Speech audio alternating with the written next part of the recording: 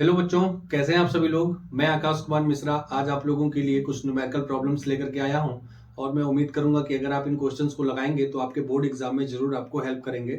So let's start.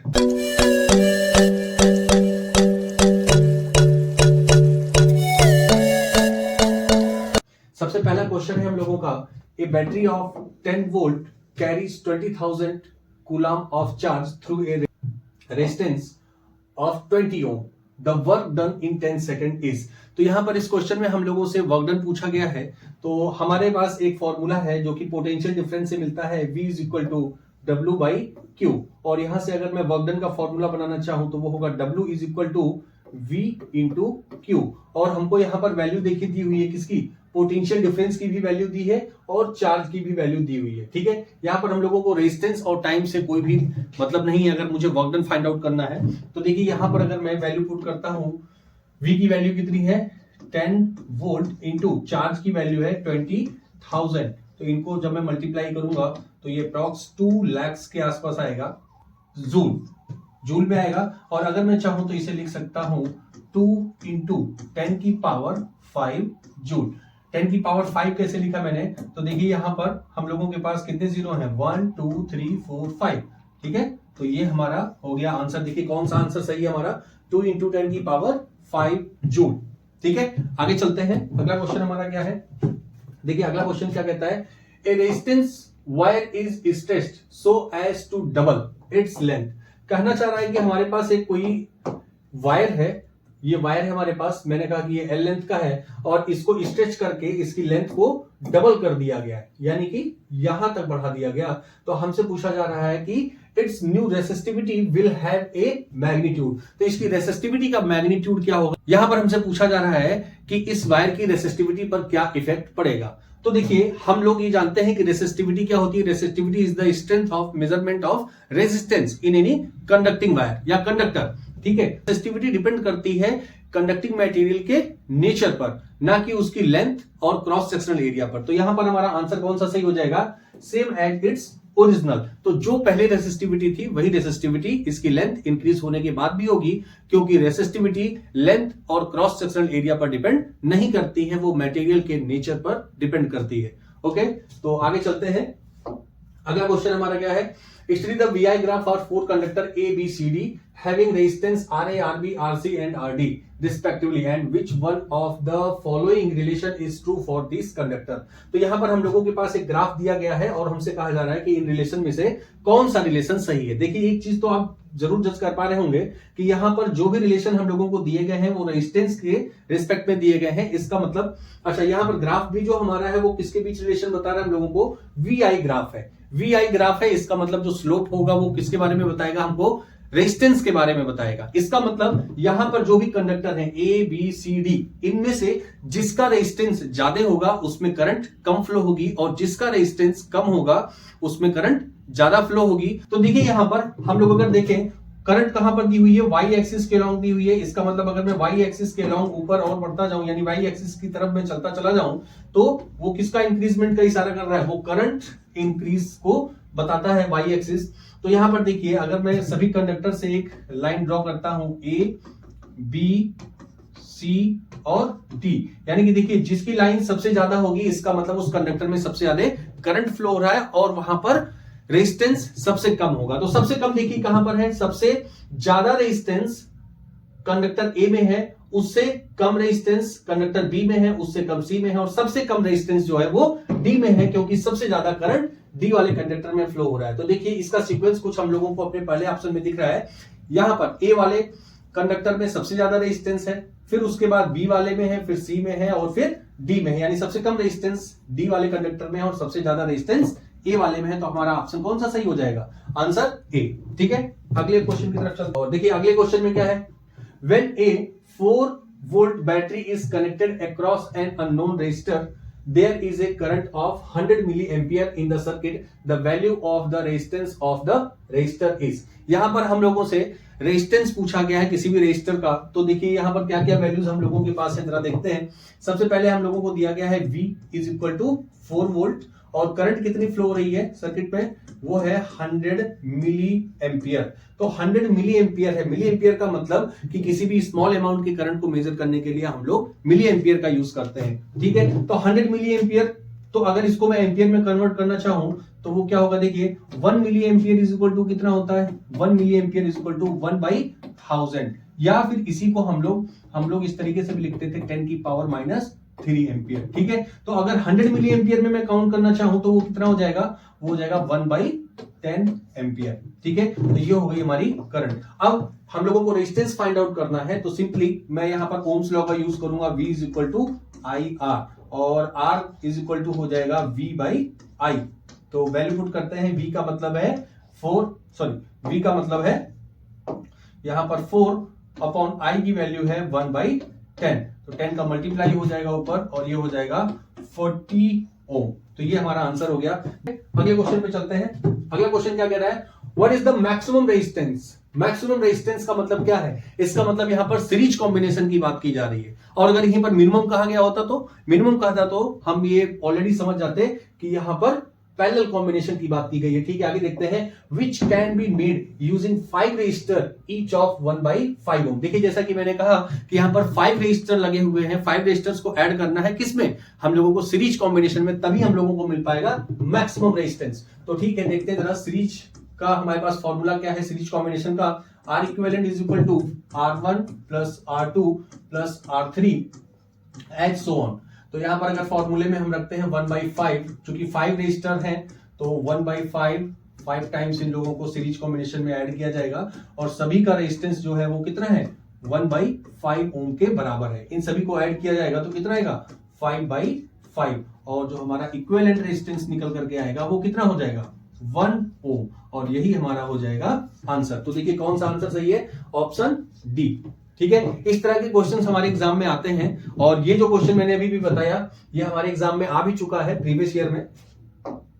आगे चलते हैं, अगला क्वेश्चन है, the resistance between A and be in the given figure will be. देखिए बच्चों, इस तरीके की जब हम लोगों को कोई भी इलेक्ट्रिकल सर्किट दी जाती है जिसमें रेजिस्टेंस लगे होते हैं, थोड़ा कंफ्यूजन यही होता है कि कौन सा रेजिस्टर हमारा पैरेलल कॉम्बिनेशन में है और कौन सा रेजिस्टर हमारा सीरीज कॉम्बिनेशन में है। तो देखिए जो मैं तरीका यूज करता हूं इसको सॉल्व करने का, मैं आप लोगों को भी बताने की कोशिश करता हूं, शायद आप लोगों को हेल्प करे। ये बहुत ही आसान तरीका है। देखिए जैसे यहां पर 2 टर्मिनल दिए हुए हैं, एक है ए और एक है बी, ये घुमा हुआ है, लेकिन मैं क्या करता हूं, मैं एक स्ट्रेट लाइन लेता हूं, और इस लाइन का जो एक एंड होता है उसको मैं ए और दूसरे एंड को बी कहता हूं। अब मैं ए से यहां पर चलना स्टार्ट करता हूं, और देखिए जैसे ही मैं यहां पर ए से आगे चला तो मुझे एक 10 ओम का रेजिस्टर मिला। मैं यहां पर भी पैरेलल इसके आगे चला और मुझे यहां पर एक 10 ओम का रेजिस्टर मिला, मैंने यहां पर प्लॉट कर दिया। फिर उससे मैं जब आगे बढ़ूंगा तो मुझे एक जंक्शन पॉइंट मिलेगा, मैंने जस्ट जंक्शन पॉइंट को उसे एज इट इज छोड़ दिया। फिर उसके जब आगे बढ़ा तो एक और जंक्शन पॉइंट मिला, फिर मैंने एक लाइन और ऐसे ड्रॉ की, junction point as it is ऐसे छोड़ दिया। फिर मैं आगे चलूंगा तो मैंने देखा कि एक मुझे रेजिस्टर मिला जिसका रेजिस्टेंस कितना है, 50 ओम का, तो जस्ट मैंने इस ए बी वाली लाइन पर ड्रॉ कर दिया 50 ओम का ये रेजिस्टर। फिर मैं जब इससे आगे बढ़ूंगा तो मैंने देखा कि जो दूसरा वाला जंक्शन पॉइंट था वो आकर के यहां पर कनेक्ट किया गया है, और इसके साथ ही इसमें एक 20 ओम का रेजिस्टर ऐड किया गया है, तो मैंने भी यहां पर एक 20 ओम का रेजिस्टर ऐड कर दिया, कुछ इस तरीके से। ठीक है, फिर जब मैं इस जंक्शन से आगे बढ़ूंगा तो मैंने देखा एक जो पहले टाइम में हमको जंक्शन पॉइंट मिला था वही जंक्शन यहां पर भी आकर के कनेक्ट हुआ है, तो मैंने देखा कि ये देखिए पहला वाला जंक्शन यही है, और मैंने भी इसको आगे की तरफ ले चल के कनेक्ट किया, और मैंने देखा साथ में इसमें भी एक रेजिस्टेंस लगा हुआ है, एक रेजिस्टर लगा हुआ है जो कि 10 ओम का है। ठीक है, अब देखिए, और फिर उसके आगे जब मैं बढ़ूंगा तो मैं बी पॉइंट पर पहुंच जाऊंगा। अब देखिए इस तरीके से अगर हमको इलेक्ट्रिकल सर्किट मिले तो हमारे लिए बहुत ही आसान हो जाता है कि कौन सा रेजिस्टर हमारा पैरेलल में कनेक्ट है और कौन सा रजिस्टर हमारा सीरीज में कनेक्ट है, और फिर हम लोग फॉर्मूले पे वैल्यू पुट करके आंसर फाइंड आउट कर लेते हैं। तो देखिए यहां पर हम लोगों को ए से बी के बीच में फाइंड आउट करना है, तो सबसे पहले मैं ये जो पैरेलल कॉम्बिनेशन वाले हमारे रजिस्टर हैं इनको पहले ऐड करूंगा। तो ये देखिए 1/R इक्विवेलेंट जो फॉर्मूला होता है पैरेलल कॉम्बिनेशन का वो होता है 1/R1 plus 1/R2 plus 1/R3 and so on. आगे आओ जितने भी रजिस्टर लगे होंगे उनको ऐड करते जाएंगे, तो होगा 1/50 प्लस 1/20 प्लस 1/10। इनको जब ऐड करेंगे तो कितनी वैल्यू आएगी, वो आएगी 17/100। ये किसकी वैल्यू आएगी, इक्विवेलेंट रेजिस्टेंस की पैरेलल कॉम्बिनेशन में। लेकिन अगर मैं रेजिस्टेंस फाइंड आउट करूंगा तो इसका रेसिप्रोकल हो जाएगा और वो होगा R equivalent is equal to 100/17 ohm. ठीक है, 100/17 ओम। ठीक है, अभी तो ये मैं क्या करूंगा, ये देखिए जो इतने सारे रेजिस्टर हमारे पास ऐड थे, इन सभी की जगह पर सिर्फ एक ही रेजिस्टर में ऐड करूंगा, जो कि देखिए आप लोग देखेंगे तो तुरंत बताएंगे कि ये किस कॉम्बिनेशन में ऐड किया गया है। अब देखिए यहां पर एक रेजिस्टर लगा हुआ है कुछ इस तरीके से, जिसका रेजिस्टेंस कितना है 100/17 ओम। अब देखिए बहुत ही आसान हो गया आप लोगों के लिए, आपको पता है कि ये दोनों सीरीज कॉम्बिनेशन में ऐड हैं, क्योंकि देखिए एंड टू एंड कनेक्शन हुआ है इन दोनों रेजिस्टर का। और अब इन लोगों के लिए ऐड करेंगे तो R इक्विवेलेंट सीरीज कॉम्बिनेशन होता है R1 plus R2 plus R3 and so on आगे की तरफ। फिर देखें R1 R2 की वैल्यू रखें तो R इक्विवेलेंट आएगा कितना 10 प्लस 100/17। तो ये कितना हो जाएगा, सॉरी ये 10 है, ये 10 है। ठीक है, ये 10 प्लस 100/17 तो ये हो जाएगा 270 डिवाइड बाई 70। ठीक है, अप्रॉक्स इसकी वैल्यू आएगी 15 समथिंग आएगी, 15 समथिंग ओम आएगी। ये R इक्विवेलेंट है। तो यहां पर अगर मैं अपने ऑप्शन में देखूं तो 15 के लगभग आ रही है, तो 20 तो हो नहीं सकता, 30 नहीं, 90 नहीं, तो डी वाला ऑप्शन हमारा सही हो जाएगा, more than 10 ohm but less than 20 ohm. ठीक है, इसके बीच में हमारा आंसर आ जाएगा। डन। तो चलिए अगले क्वेश्चन की तरफ चलते हैं। अगला क्वेश्चन क्या कहता है, an electric bulb is rated to 20 volt and 100 watt when it is operated on 110 volt the power consumed will be. तो ठीक है, अभी हमारे पास जो बल्ब है उसको हम लोग कितनी वोल्ट सप्लाई दे रहे हैं, 220 वोल्ट दे रहे हैं, और जो पावर कंज्यूम कर रहा है वो कितना कर रहा है 100 वाट की पावर कंज्यूम कर रहा है। तो सबसे पहले हम क्या करते हैं, रेजिस्टेंस फाइंड आउट कर लेते हैं। रेजिस्टेंस के लिए हमारे पास फॉर्मूला क्या है भाई, देखिए पावर इज इक्वल टू होता है क्या V²/R। और यहां से अगर हम लोग वैल्यू पुट करते हैं तो हमारा फॉर्मूला पहले क्या बनेगा, वो बनेगा R is equal to V²/P। और इसमें वैल्यू पुट करें तो ये होगा 220 इंटू 220 डिवाइड बाई पावर की वैल्यू कितनी है 100, तो ये हो जाएगा 100 कैंसिल आउट और R की वैल्यू आ जाएगी कितनी 484 ओम।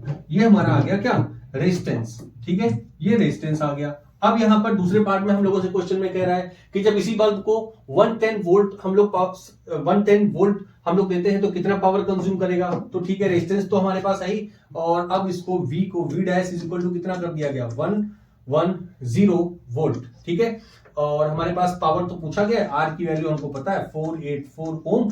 तो जस्ट इसी फॉर्मूले पे रख देते हैं क्या P is equal to V²/R वाले फॉर्मूले पे।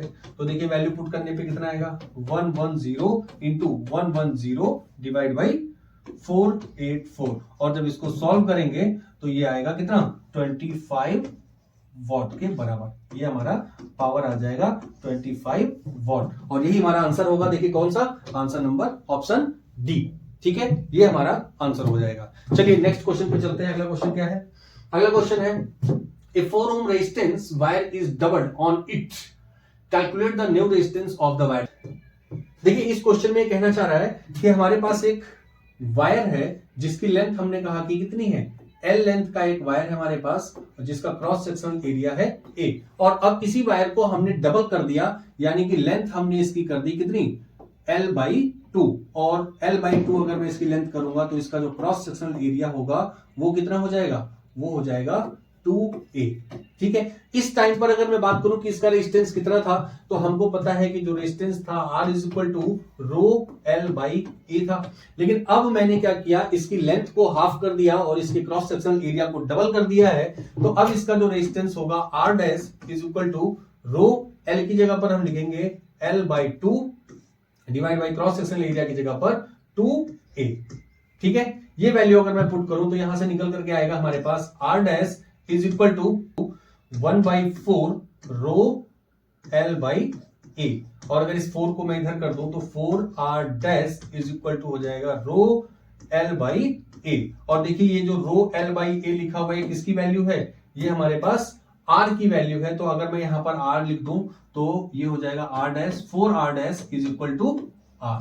तो हमारे पास ये R की वैल्यू कितनी गिवन है 4 ओम पहले से ही मैंने देखी यहाँ पर, तो हम क्या करेंगे, इस 4 को कैंसिल आउट कर देंगे, तो जो हमारा अब इक्विवेलेंट मतलब फाइनल रेजिस्टेंस आया वो कितना आएगा, 1 ओम के बराबर आएगा। ठीक है, तो इस तरीके से हम कुछ इस क्वेश्चन को करेंगे। तो आगे चलते हैं अगले क्वेश्चन पे। अगला क्वेश्चन हमारा क्या कहता है, a wire of resistivity rho is stretched to double its length, how does its affected the. ठीक है, हमारे पास एक वायर है जिसकी रेसिस्टिविटी कितनी बताई गई है, यहाँ पर रो बताई गई है, और इसको हम लोग खींच करके क्या कर देते हैं, डबल कर देते हैं, इसकी लेंथ को डबल कर देते हैं। तो हमसे पूछा जा रहा है कि रेजिस्टेंस पे क्या इफेक्ट पड़ेगा और रेसिस्टिविटी पर क्या इफेक्ट पड़ेगा। तो आइए देखते हैं। इसमें बताया गया कि हमारे पास एक वायर है जो कि L लेंथ का है, जिसकी लेंथ कितनी है, L है, और इसका क्रॉस सेक्शनल एरिया है A, और इसको खींच करके क्या किया गया, डबल कर दिया गया, यानी कि इसकी लेंथ को 2L कर दिया गया, और जो इसका क्रॉस सेक्शनल एरिया है उसको A/2 यानी हाफ कर दिया गया, क्योंकि जब वायर की लेंथ को हम इंक्रीज करेंगे तो लेटरल सरफेस एरिया भी इसका क्या होगा, कम होगा, जिसकी वजह से इसकी मोटाई कम हो जाएगी। तो यहां पर इसकी लेंथ हो गई 2L, और जो क्रॉस सेक्शनल एरिया हुआ वो A/2 हो गया।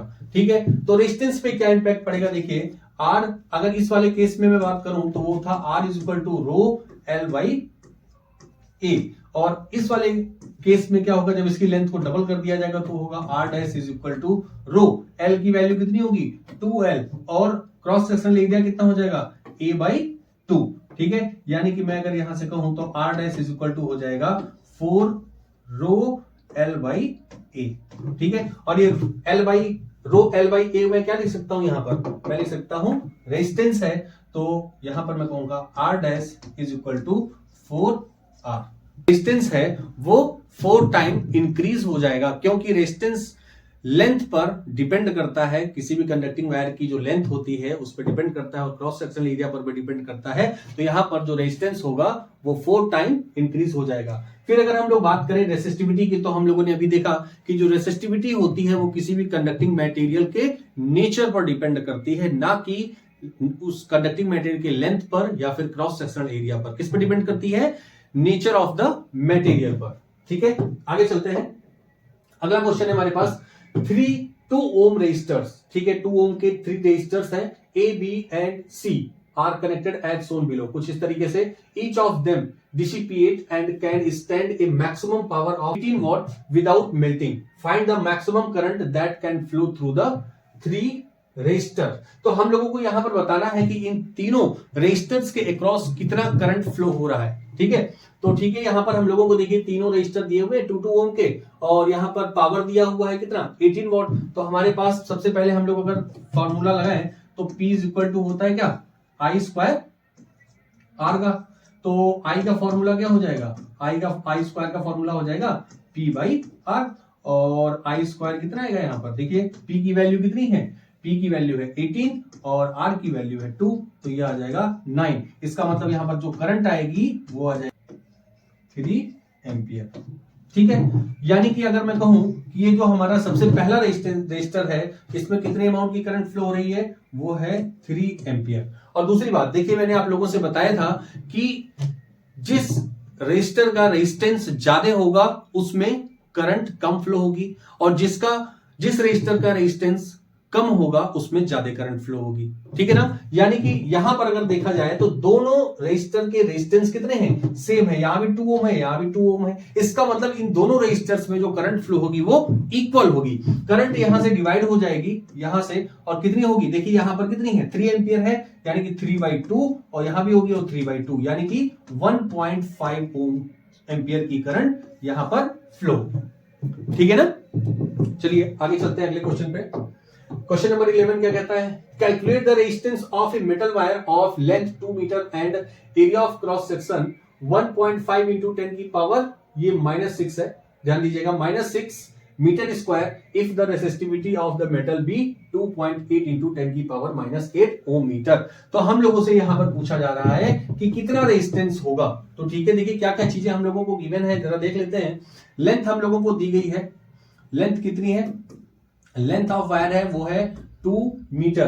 क्रॉस सेक्शनल एरिया कितना है, cross sectional area is given 1.55 into 10 की पावर -6 मीटर स्क्वायर। और हमारे पास क्या है, रेसिस्टिविटी, यानी कि रो इज इक्वल टू 2.8 इंटू 10 की पावर -8 ओम मीटर। तो हमारे पास रेजिस्टेंस फाइंड आउट करने के लिए बहुत ही आसान एक फॉर्मूला है जो कि है R is equal to rho L by a. Just हम लोग यहाँ वैल्यू पुट कर देंगे तो रो की वैल्यू कितनी है 2.8 इंटू 10 की पावर -18 इंटू L की वैल्यू कितनी है भाई 2 है, 2 अपॉन ए की value cross sectional area 1.55 into 10 की पावर -6। इसको जब हम लोग सॉल्व करते हैं, देखिए अक्सर करके बच्चे कहां पे कंफ्यूज हो जाते हैं, जब 10 की पावर माइनस या 10 की पावर वाले कोई भी कैलकुलेशन आ जाते हैं तो वहां पर थोड़ा सा घबरा जाते हैं, लेकिन आपको बिल्कुल भी घबराना नहीं है। देखिए मैं एकदम आसान स्टेप बाय स्टेप करके आपको बताऊंगा। यहां पर पहले हम लोग 2.8 इंटू 2 इन दोनों को मैंने क्या कर लिया, देखिए ये और ये 2 इसको मैंने क्या कर दिया अलग कर दिया, फिर डिवाइड बाई 1.55, ठीक है। अब देखिए मैंने 10 की पावर 18 और 10 की पावर -6 को अलग लिख दिया। यहां पर मैंने कहा 10 की पावर -18 डिवाइड बाई 10 की पावर -6। देखिए हम लोगों को पता है कि जब डिनोमिनेटर नॉमिनेटर में जाता है तो उसकी पावर की साइन चेंज हो जाती है। जब मैं इस 10 की पावर 6 को ऊपर लेकर के जाऊंगा तो इसे मैं क्या लिख सकता हूं, इसे मैं लिख सकूंगा 10 की पावर 6, वो भी पावर कैसी होगी इसकी प्लस में 10 की पावर 6। और अब इन दोनों पावर्स को मैं क्या करूंगा ऐड करूंगा। ये -18 नहीं है, ये 8 है। मैंने ये गलती से मैंने यहां पर 18 लिख दिया है, -8 और ये भी था 10 की पावर -8। ये देखिए यहां पर जब -8 और -6 को हम ऐड करेंगे तो कितना आएगा 10 की पावर -2। तो यहां पर जो आंसर हमारा आएगा इसको कैलकुलेट करेंगे तो वो आएगा 3.6 इंटू 10 की पावर -2, ठीक है। या फिर इसको मैं इस तरीके से भी लिख सकता हूं कि resistance R is equal to 0.036 ohm. ये हमारा आ जाएगा आंसर, ठीक है। तो ये हमारा आंसर आ गया 0.036 ओम। आगे चलते हैं हम लोग। अगला क्वेश्चन है find the heat energy produces in a resistance of 10 ohm when 5 ampere current flow through it for 5 minute. तो बहुत ही आसान सा क्वेश्चन है। देखिए हमारे पास फॉर्मूला है क्या, पहले क्या क्या चीजें हम लोगों को क्वेश्चन में गिवन है। देखिए रेजिस्टेंस यानी R की वैल्यू है हमारे पास कितना 10 ओम, फिर करंट की value I is equal to 5 ampere and time T is equal to है 5 मिनट। लेकिन हमको पता है यहाँ पर टाइम हमारे पास मिनट में गिवन है, लेकिन हम लोग इसको सेकंड में काउंट करेंगे। तो जस्ट कुछ नहीं करना है, हमको 5 इंटू 60 सेकंड कर देना है, ठीक है। अब फॉर्मूला यूज करेंगे जो होगा H is equal to I square R T। तो I की वैल्यू कितनी है 5 स्क्वायर इंटू R की वैल्यू कितनी है 10 ओम इंटू T की वैल्यू है 5 इंटू 60। तो कितना हो जाएगा देखिए 25 इंटू डायरेक्ट इसको लिखते हैं हम लोग, कितना होगा ये 250 इंटू 300, ठीक है। इसको जब सॉल्व करेंगे तो ये आएगा 75,000 और ये हीट है तो ये आएगा जूल में, और इसको हम लोग इस तरीके से भी लिख सकते हैं 75 किलो जूल। ये भी हमारा सही है और यही हमारा क्या हो जाएगा आंसर हो जाएगा। अगला क्वेश्चन देखते हैं क्या है। अगला क्वेश्चन है what is the highest and the lowest. देखिए यहां पर एक क्वेश्चन में कुछ चीजें हम लोगों को बता दी गई पहले ही कि हाईएस्ट और लोवेस्ट हम लोगों को क्या चाहिए रेजिस्टेंस। तो मेरे ख्याल से आपके भी दिमाग में ये चीज आ गई होगी। हाईएस्ट का मतलब क्या है, हाईएस्ट का मतलब कि अगर रेजिस्टेंस को मैं किस में ऐड करूंगा सीरीज कॉम्बिनेशन में ऐड करूंगा, और लोवेस्ट की बात आ गई तो इसका मतलब मैं उस रेजिस्टर को कैसे ऐड करूंगा पैरेलल कॉम्बिनेशन में ऐड करूंगा, ठीक है। देखिए that can be secured by combination of the 4 coil of resistance 4 ओम 8 ओम 12 ओम। तो सबसे पहले मैं ए वाले सेक्शन को सॉल्व करता हूं। देखिए ए वाले में हमारे पास दिया हुआ है हमको किस में ऐड करना है भाई हाईएस्ट फाइंड आउट करना है। तो हाईएस्ट के लिए हम लोगों को सीरीज कॉम्बिनेशन का यूज करना है R1 plus R2 plus R3 and so on, ठीक है। तो देखिए 4 प्लस 8 प्लस 12 प्लस 24, इन सभी को जब हम लोग ऐड करेंगे तो कितना आ जाएगा 20 24 48, कितना आएगा 48 ओम। ये हमारा पहला आंसर आ गया जो कि है कितना हाईएस्ट रेजिस्टेंस, ठीक है। अब मैं बी वाले की बात करता हूं, जो बी ऑप्शन इसमें दिया हुआ यानी कि मिनिमम हम लोगों को फाइंड आउट करना है। मिनिमम के लिए हम लोग इस रेजिस्टर को कैसे ऐड करेंगे पैरेलल कॉम्बिनेशन में ऐड करेंगे, जिसका फॉर्मूला होगा 1/R1 plus 1/R2 plus 1/R3, ठीक है।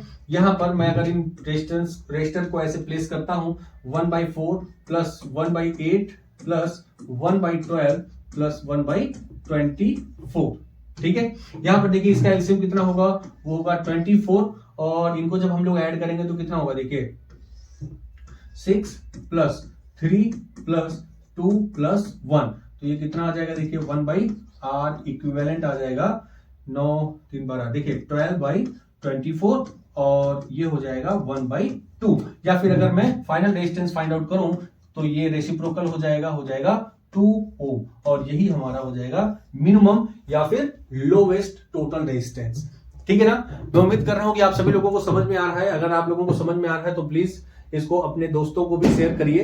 आगे चलते हैं। अगला क्वेश्चन है हमारा, calculate the number of electrons constituting 1 coulomb of charge. देखिए इस टाइप का क्वेश्चन मैं पहले भी अपने वीडियो में करा चुका हूं, लेकिन ठीक है, यहां पर देखिए हम लोगों को पता है कि एक इलेक्ट्रॉन के ऊपर कितना चार्ज होता है। एक इलेक्ट्रॉन के ऊपर चार्ज होता है 1.6 इंटू 10 की पावर -19 कूलम। ठीक है, और हम लोगों से क्या पूछा गया है, calculate the number of electrons constituting 1 coulomb, यानी कि हम लोगों से 1 कूलम चार्ज में कितने नंबर ऑफ इलेक्ट्रॉन्स एग्जिस्ट करते हैं, हम लोगों से यही पूछा गया है। तो बहुत ही आसान, देखिए इसके लिए हमारे पास फॉर्मूला है, मैंने बताया भी है, Q = Ne।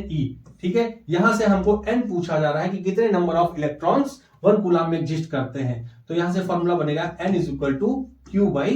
Q क्या है, यहां पर चार्ज है, और E क्या है, चार्ज ऑन इलेक्ट्रॉन है, जिसकी वैल्यू मैंने यहां पर लिख दी है। देखिए Q का मतलब 1, क्योंकि 1 कूलम में हम लोगों से पूछा गया है, और E का मतलब है 1.6 इंटू 10 की पावर -19 कूलम। और जब इसको सॉल्व करेंगे तो यहां पर n की वैल्यू आएगी 6.8 इंटू 10 की पावर 18 इलेक्ट्रॉन।